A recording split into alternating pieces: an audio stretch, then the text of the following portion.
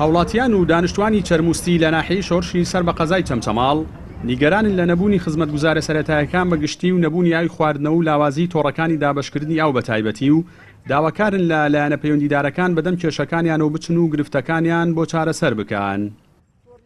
کێش و گرفتەکانمان ئاوە، ئاومان نییە، کارەبامان نییە، خزمەتگوزاریمان نییە، مەکتەبمان نییە، خەستەخانەمان نییە. ئاخر کاکە ئەی حکومەت معنای چییە؟ حکومەت باوکی ملت نییە؟ ئەی تۆ ئەگەر ناڕگات خۆت بە خێونەکەی ئەکێ بەخێوێکە. کێشە گرفتەکانمان زۆرن لە هەموو ڕۆکان و کێشە گرفتمان هەیە، بەڵام کێشە گرفتی ئێمە لەم زستانە ساردەیە لەسەر ئاوە.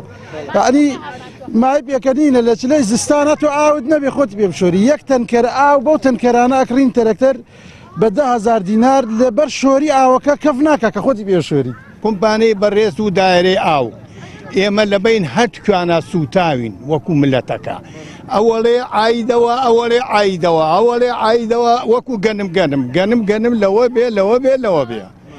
ئەم خەڵکە هەژارەش نازانێ چی بکات، چاریان ناکە، خزمەت ناکرین بە هیچ شێوەیە.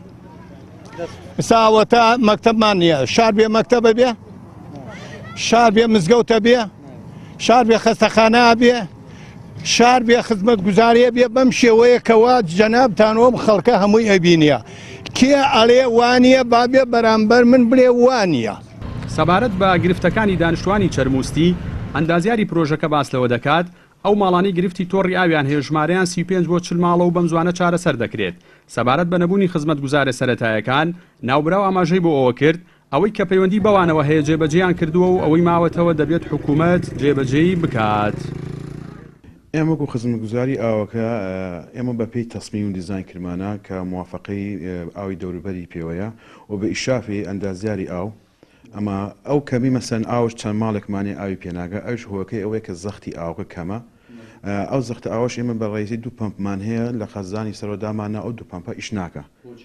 وەڵڵاهی پێویستی بە محەویلێکە کە لە دیزایانی ئێمە نییە، ئەو محەویلێکی ناو خەزانەکەی 100 kV بێتە 400 kV.